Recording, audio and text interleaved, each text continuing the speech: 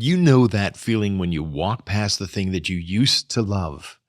The guitar in the corner, the camera bag by the door, that notebook on the desk, the unfinished timeline still sitting there on the screen with the cursor blinking. And just for a second, something in your chest reaches toward it. Not loudly, not dramatically, just enough to say, that's still me. And then you keep walking. Not because you don't care, not because you're lazy or because the dream died, but because somehow coming back feels heavier than staying away. And that is where creative erosion gets sneaky. It does not always take the thing that you love away from you. Sometimes it just makes the doorway back feel heavier than it should. Howdy, worthy creative. Have a seat, and I'm glad you're here. Because if you've drifted from something that matters to you, a project, a practice, a song, a camera, a notebook, a version of yourself you were trying to build, I want to say something clearly right up front. You may not be starting over. You may just need to find the thread. Those are very, very different things. Because starting over sounds like failure. Finding the thread sounds like return. And a lot of worn down creatives have spent years turning every return into a trial that they never actually were required to stand in. See, there's a pattern I see in creative people, and I know it because I lived it.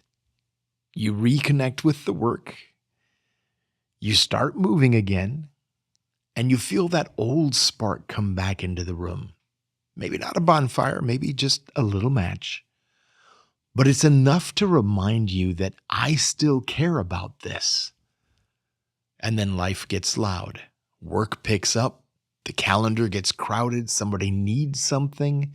A production takes over the week. A deadline eats the rest of it. You get sick. You get tired. You spend all your energy delivering for everyone else. And the thing that was starting to feel alive again gets pushed to the edge. Not forever, just for now. And then now becomes next week. And next week becomes 3 weeks. And 3 weeks becomes I don't even want to look at it. And eventually you walk past the thing that you used to love and feel that little pull in your chest. But right behind it comes the verdict. I did it again. I always fall off.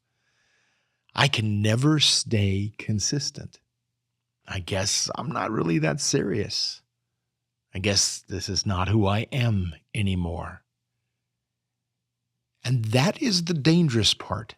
Not the drift, the verdict. Because drifting is human. But the verdict is where creative erosion starts writing over your identity. If every drift becomes a verdict, eventually returning starts to feel unsafe. Not physically unsafe, but emotionally unsafe. You're not just opening the project anymore, you're opening the evidence file. You're not just picking up the guitar, you're picking up the accusation.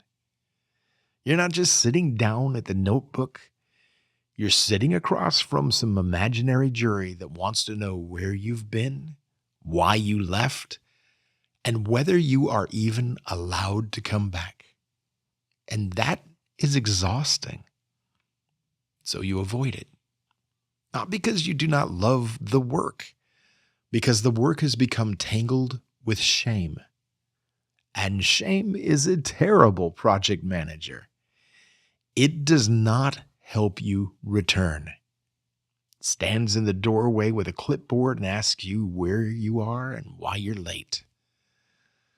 This is how a small drift becomes a much bigger wound. Not because you stepped away, because stepping back in started to feel like a confession. So let's take a breath here. Because I do not want this to turn into one of those motivational speeches where someone says, just be disciplined, you'll be fine. Well, apparently living in a magical cabin where bills, germs, family, deadlines, and university commencements do not exist. Nice for them, I'm sure. Most of us live in actual life. Actual life has noise. Actual life has obligations. Actual life has weeks where your carefully planned creative rhythm gets hit by a truck, dragged through a parking lot, and handed back to you with a little note that says, try again on Monday. So no, drifting does not mean that you're broken. It means that you're a creative person living inside of a life that does not always protect the thing that matters to you. Now, that's not an excuse, but it is context, and context absolutely matters. This is one of the quieter forms of creative erosion. It's not the dramatic collapse. It's not the big quitting moment. It's the slow disconnect between the creative person you still are and the creative life you're actually living. See, you still care, but you are not in contact. You still have ability, but you're not using it in the way that restores you. You still have the dream, but now the dream feels like another place where you might disappoint yourself. So you drift. Then you shame yourself for drifting. And then the shame makes returning harder. And then the distance grows. And then you start calling that distance your new identity. That is the part you have to interrupt. Because you did not lose who you are. You just lost contact. And contact can be restored. Now, I know this one from the inside. There have been seasons where I reconnected with what I actually love, filming something that mattered, editing something that felt like me again, writing music, building an idea, sitting down to create without immediately trying to turn it into a product, a deliverable, a deadline, or a thing that had to justify its own existence. And for a little while, there it was. That part of me was back in the room, clear, alive, familiar. Then the machine started moving again. Production took over, the calendar filled up, somebody needed a show produced. Something had to be fixed somewhere. And the responsible adult version of me stepped in and said, we will get back to the soul later. And later's like a goal line that just keeps moving further away. I was still producing, still delivering, still capable, but I was not connected in the way I wanted to be. And when I noticed the distance, my first instinct was not gentle. It was fine. I need to reset, start over from scratch, build a new system, make a new plan. Get serious this time. Become some better version of myself by Thursday. Because apparently Thursday Robert is a completely different mammal than the one now. And that reset got heavier every single time. Because I was not failing to be creative. I was treating every return like a full restart from zero. And starting from zero is exhausting when you were never actually at zero. That's the truth I want you to hear. You are not at zero. You are returning with history. You're returning with evidence. You're returning with experience. You are returning with everything you have learned about what pulls you away and what helps you to come back. The work may have gone quiet for a while, but quiet is not dead. The project may be unfinished, but unfinished is not failed. The dream may be covered in some dust, but dust is not a final verdict. Sometimes the bravest creative act is not launching the big new thing. Sometimes it's putting your hand back on the thread and saying, I still know this. Not perfectly, not dramatically, not with a trumpet section and a documentary crew. Just honestly, I still know this. And look, I wish that the thread glowed. That would be so helpful. Very cinematic, big neon golden line stretching from the coffee cup to the camera bag while a wise narrator voice said, "There it is, Robert. Try not to trip over it this time." But most of the time, the thread does not glow.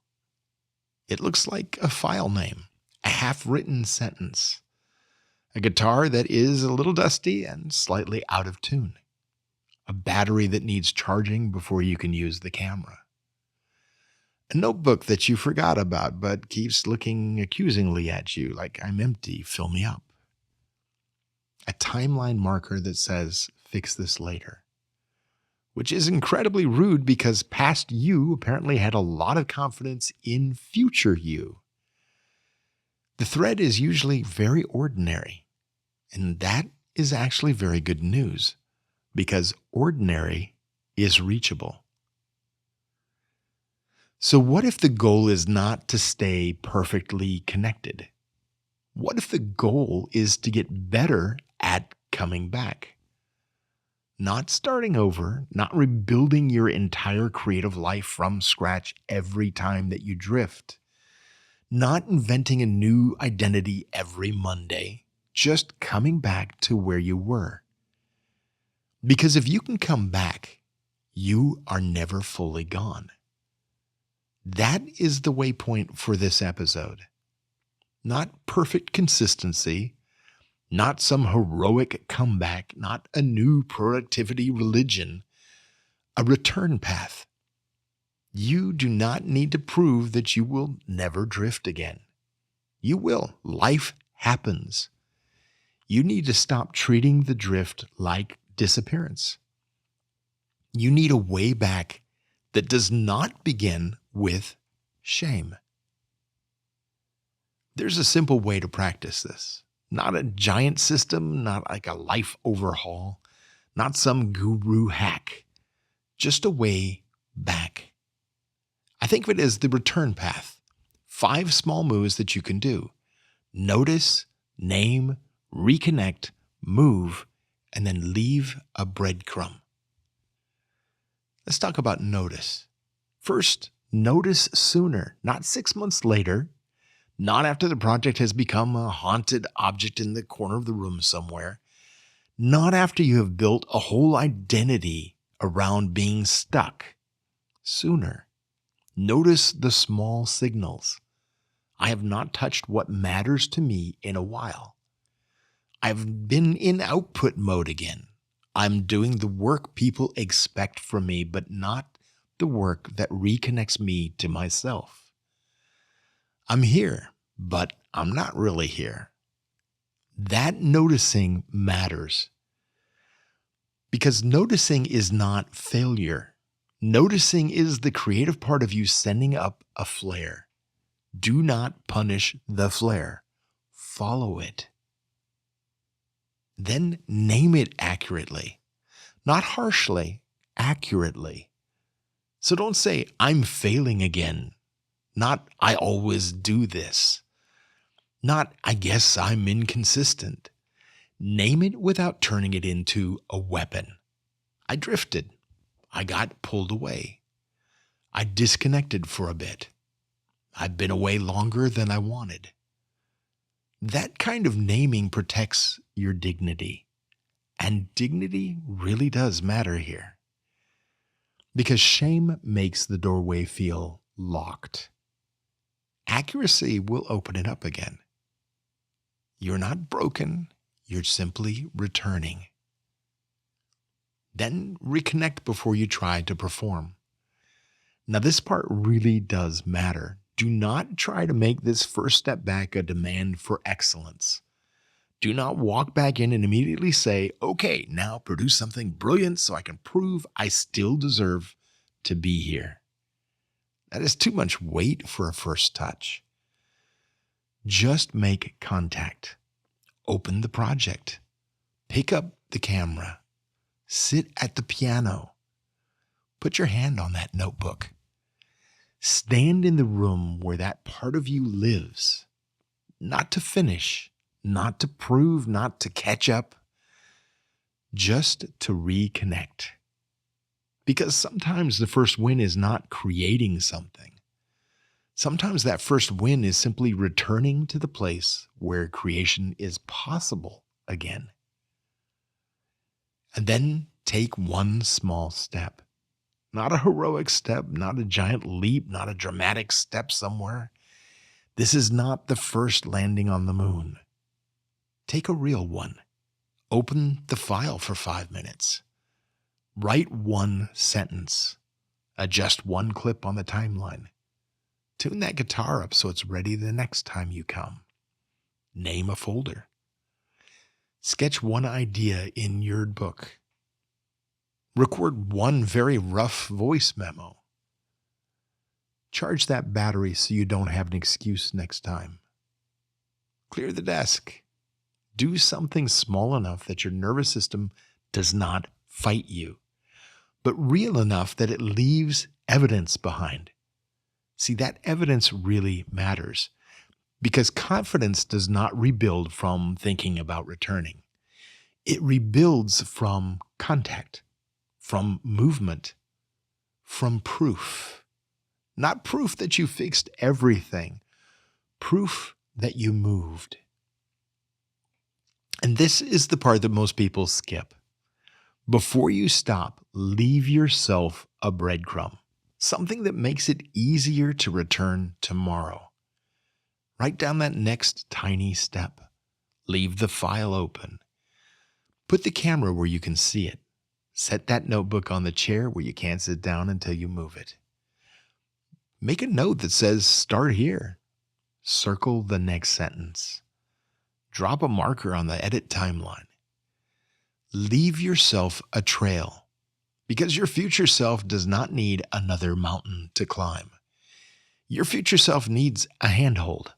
And one of the hardest things you can do, one of the kindest things you can do for that creative person you're becoming is make the next return easier before you leave. You do not need to be perfect at this. You do not need to do it every single day. You do not need to turn this into another system that becomes one more reason to judge yourself. Please do not take the return path and turn it into a clipboard-wielding little gremlin. That's not the point. The point is to stop treating every drift like a full restart. Because the more often you return without shame, the more familiar the path becomes. And eventually, the drift stops being the evidence that you failed. The return becomes the evidence that you're still here. And that matters. Because a creative life is not built by never losing momentum. It's built by learning how to come back without abandoning yourself in the process. And if you're in that place right now where you know something happened to your creative confidence, but you're still trying to understand what it was, well, I have a free guide for you called What Actually Happened to You. It's there when you're ready. No pressure. It's simply a place to start naming the experience without blaming yourself for all of it. Because sometimes the first step back is not a plan. Sometimes the first step back is understanding what pulled you away in the first place. So no, you are not starting over. Not if the thread is still there. Not if something in your chest still reaches toward the guitar, the camera, the notebook, the timeline, the idea, the dream.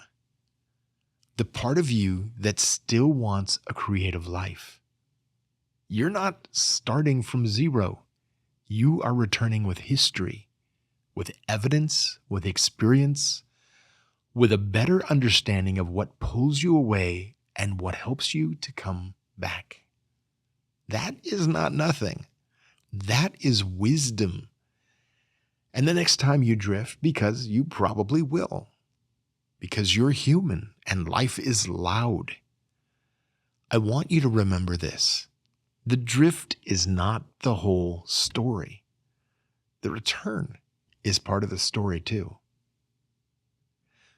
So here's one small step. Today, leave yourself one breadcrumb. Not 10, not 20, just one. Open the thing that you've drifted from and leave yourself one clear way back in. Write the next sentence. Mark that next edit point. Place the tool where you will see it. Leave a note that says, literally, start here. Do one small thing that makes tomorrow's return easier. That's it. Not a full reset, not a new identity, not some heroic comeback, just a breadcrumb. Because you're not starting over.